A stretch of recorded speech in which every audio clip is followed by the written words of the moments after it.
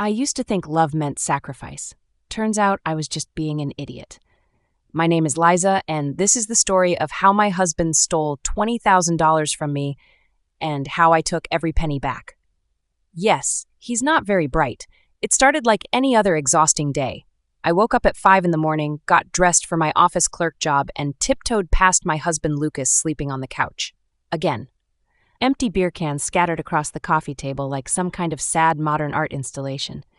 I'd worked late at the coffee shop the night before, covering someone's shift. My second job, the one I never wanted but desperately needed because Lucas couldn't or wouldn't keep a job anymore. He used to be different. When we got married 6 years ago, Lucas was a supervisor at a food distribution company. Good pay, stable. We were comfortable. I worked one job, saved money, and we were actually happy. Then his company got sold. New owners came in. Lucas and dozens of others were let go. At first I understood. Losing your job is devastating. I supported him, encouraged him, told him we'd get through it together. But Lucas had standards, very high standards for someone drinking beer at 10 in the morning. He'd apply for jobs, sure. But if it wasn't a supervisory position, if the pay wasn't higher than what he earned before, he'd take it for 2 months and quit. I didn't like the boss, he'd say, or the work culture was toxic, or my personal favorite, they didn't respect my experience. Your experience drinking beer on the couch, Lucas? That experience?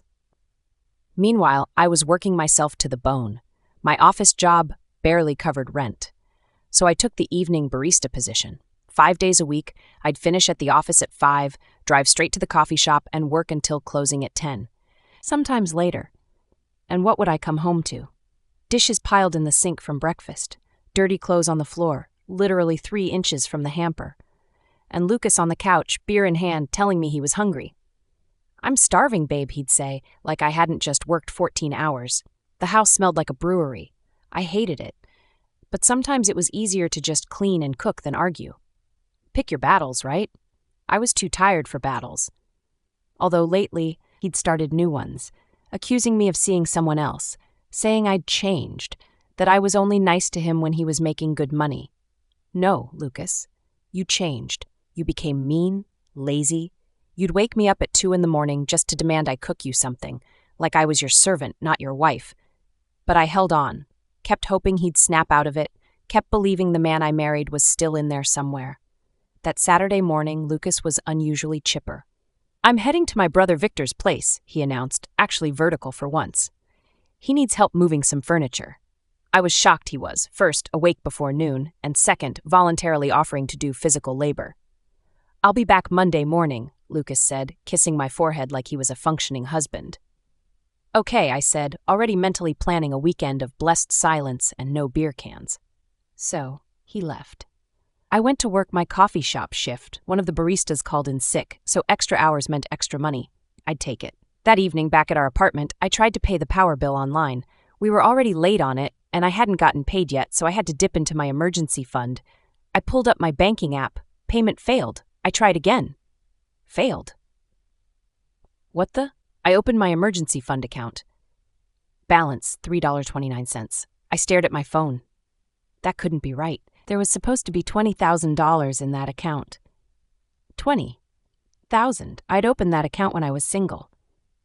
Before Lucas, before marriage, before any of this, for years I'd been adding to it, bit by bit. Emergency money, just-in-case money, if something happens to me money. When Lucas and I got married, I gave him the username and password, not because it was our money, it was mine, but because, if something happened to me, he could access it. That was the agreement. Emergency only, like if I got hit by a bus, not if he decided to be a lying thief. I scrolled through the transaction history, hands shaking. There it was, a transfer. My entire savings, $20,000. Transaction details showed it was moved to Lucas's account. My vision blurred. I couldn't breathe. Then, like a horror movie, I remembered something. I ran upstairs to our bedroom, threw open the closet. His clothes were gone. Not all of them, but his favorites. His good shoes, his toiletries from the bathroom. He left old clothes that doesn't fit anymore. He left me. Lucas didn't go to help Victor. He packed his bags, stole my life savings, and left me with $3.29. I collapsed on the bedroom floor and sobbed. ugly, gut-wrenching sobs, the kind where you can't catch your breath and your whole body shakes. How could he do this? After everything? After I worked 2 jobs to keep us afloat? After I cleaned his messes, cooked his meals, tolerated his laziness and cruelty? I cried until I couldn't cry anymore. Then, somewhere between devastation and rage, a thought crept into my brain. Wait, I sat up, wiping my face. I still have his username and password. When Lucas had his supervisor job, I managed all our finances. He'd give me his login, and every payday, I'd transfer $600 from his account to our shared checking. When he lost his job and the paycheck stopped, I stopped checking his account. But I never deleted the saved login. Did he change his password? Knowing Lucas, probably not. Beer doesn't exactly make you security conscious. My hands were shaking as I opened his bank account on my phone. It loaded. I was in. Account balance, $20,009. Pending transaction, $1,000 hold. There was my money, just sitting there.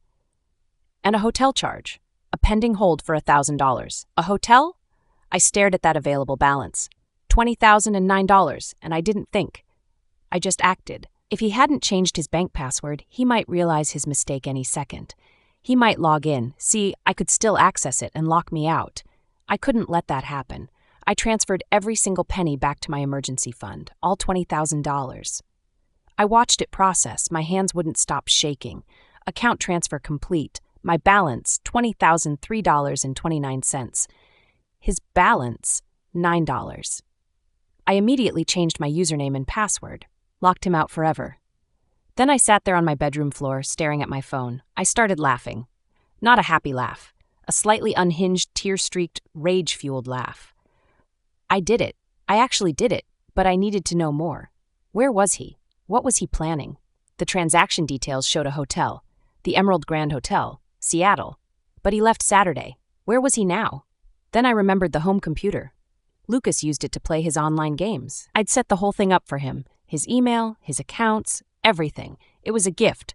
All he had to do was play, and he never logged out of anything. If he didn't change his bank password, he probably never changed his email password either. I went downstairs, opened the computer, and pulled up his email. There it was, right at the top of his inbox, an email. From Lucas. To Natalie Lewis. Subject, our weekend. I clicked it. Surprise.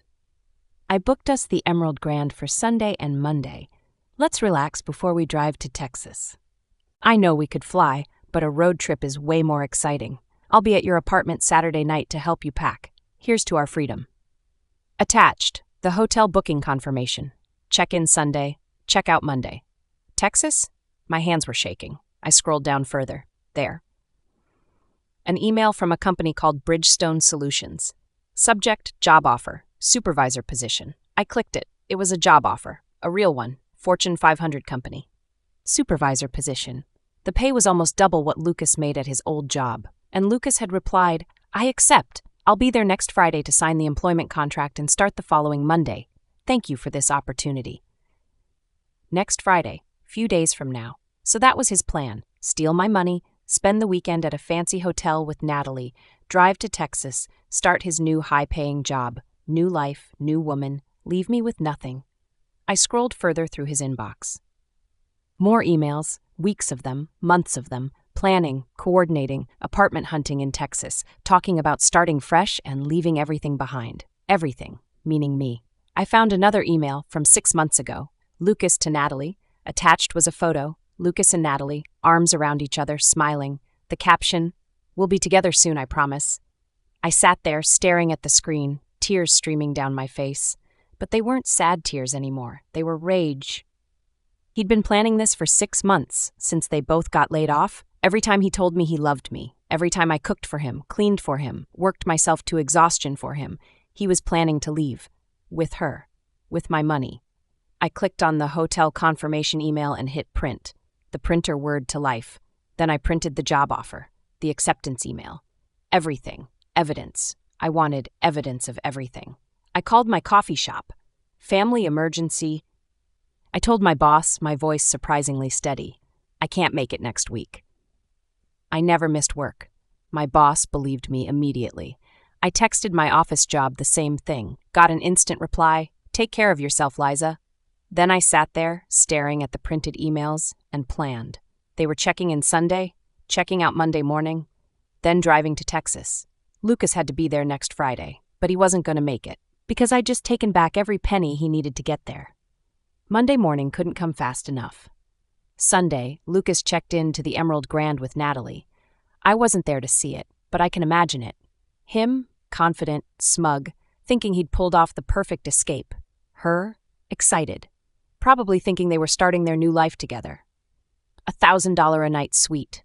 Why not, right? He thought he had 20 grand. They probably ordered room service, expensive wine, fancy dinners, living it up on my dime. Except it wasn't his dime anymore. Monday morning, I woke up at 6, showtime. I drove to the Emerald Grand Hotel, parked and walked into the lobby like I belonged there. It was beautiful. Marble floors, chandeliers, the kind of place I'd never stayed because I was too busy working 2 jobs to afford it. I bought a coffee from the lobby cafe, sat in a plush chair near the front desk, and waited. At 10:47 a.m., the elevator doors opened. Lucas and Natalie stepped out, rolling their suitcases behind them. He looked happy, relaxed. She was smiling. I sipped my coffee and watched. They approached the front desk. "Checking out," Lucas said confidently, handing over his key cards. The desk clerk smiled. "Of course, Mr. Mitchell. Let me just process your final charges." She typed on her computer, swiped his card. Her smile faltered. "I'm sorry, sir," she said. "Your card has been declined." Lucas blinked. "What? That's impossible." "Try it again." She swiped it again. "I'm sorry, it's been declined again." Natalie's smile faded. "Lucas, what's going on?" "I don't. Hold on," Lucas said, pulling out his phone, his face starting to flush. I watched him open his banking app, watched his face go from confused to pale to horrified. He whispered. "She took it back." "What?" Natalie leaned over, looking at his phone. "What do you mean she took it back?" "Liza," Lucas said, his voice rising. "She transferred the money back. It's gone. It's all gone." "But you said," Natalie's voice was getting shrill now, "you said you had $20,000. "I did. Lucas frantically tried to log into my account. "She changed her password. I can't." They were panicking. Beautiful, pure panic. Lucas kept tapping at his phone. Natalie was looking around wildly like someone might magically appear to save them. That's when I stood up. I walked slowly toward the front desk, coffee still in hand. The desk clerk looked uncomfortable. She cleared her throat. "Sir, you ordered dinner and a couple's massage charged in your room, so your total comes to $2,487. Do you have another form of payment?" I laughed. Lucas and Natalie both turned and saw me, standing right there, 5 feet away. Lucas's face went completely white. "Liza?" I smiled at the desk clerk. "Go on," I said pleasantly. "Let them take care of business first." Natalie stammered. "Lucas? Do you have another card, ma'am?" the clerk asked Natalie, clearly wanting this situation resolved. Natalie, hands shaking, pulled out her credit card and handed it over. The clerk swiped it. We all waited. "Approved," the clerk said, relieved. "You're all set." I started clapping. Slow, deliberate claps. "Hey! Congratulations!" I said brightly. "You're not going to jail." Lucas looked like he wanted to disappear into the floor. I leaned in closer, my smile never wavering. "Goodbye, Lucas," I said. "Hope it was all worth it." I turned and walked out of that hotel with my head held high. A few hours later, I was home, finally calm, when my phone rang, unknown number. "Hello?" I answered. "Liza? It's Edna, Lucas's aunt." "Oh God, Aunt Edna, Lucas's dad's sister. Tough as nails, took zero nonsense." "Hi, Edna," I said carefully. "Your husband," she said, voice dripping with disgust, "is at my house with another woman. Please tell me you're divorcing him." I exhaled. "Yes, I am." "Good," Edna said firmly, "because he just showed up at my door, broke and pathetic, begging for a place to stay. I told him 1 month, that's it, and his little girlfriend better not give me any attitude." "Aunt Edna, he stole $20,000 from me," I said. Silence. Then, "That little shit," I told her everything.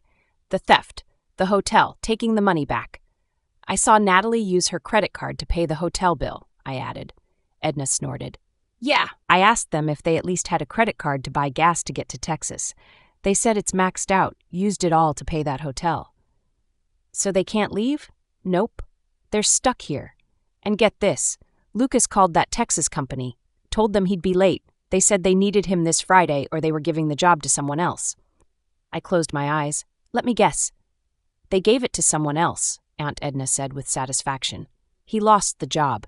"Good. Well, they're not going anywhere for at least a month. Edna continued. You get those divorce papers, serve them here at my house, and I'll make sure he signs them. I smiled. Thank you, Aunt Edna. He's a disgrace, she said. I'm sorry, honey. We hung up. I filed for divorce the next day. Clean, simple, no alimony, no drawn-out fight. Just sign here and get out of my life forever. The papers were served at Aunt Edna's house 3 days later. I wasn't there, but Aunt Edna called me after. I stood over him while he read them, she said, sounding satisfied. Told him to sign or get out of my house. Did he sign? I asked. Oh, he tried to stall, said he needed time to think. I told him he had 10 seconds before I threw him and his girlfriend onto the street. I could picture it, Aunt Edna, arms crossed, glaring. He signed, she said. Didn't even read the whole thing, just signed. Thank you, Aunt Edna. Anytime, sweetheart, she replied. So what happened to them? Lucas never made it to Texas. That Fortune 500 job went to someone else. He and Natalie found jobs eventually. Nothing glamorous. Retail, warehouse work. The kind of jobs Lucas used to think were beneath him. They're still together, as far as I know, living in some cramped apartment in Seattle. Or maybe their car. I don't really care. And me, I paid the power bill, paid the rent, got back on track.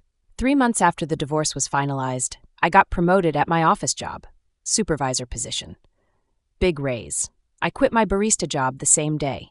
Now I work one job. I have my savings back, plus a little more. I sleep through the night without being woken up to cook. My apartment smells like a fresh Christmas tree instead of beer. You know that clean, evergreen scent? Yeah, that one. And I'm happy. Turns out, the only thing weighing me down was him. So here's what I learned.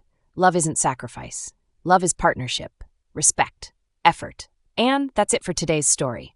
Remember, never let anyone steal your peace or your money. If Liza's story resonated with you, do me a favor and hit that subscribe button. We're building a community here of people who love real talk, dramatic justice, and stories that remind us we're stronger than we think. Drop a comment and let me know. Would you have done what Liza did? This is Melodic Vengeance, and I'll catch you in the next one. If you enjoyed this video, hit that like button and drop a comment below. Don't forget to follow for more content just like this. Thanks for watching. Catch you next time.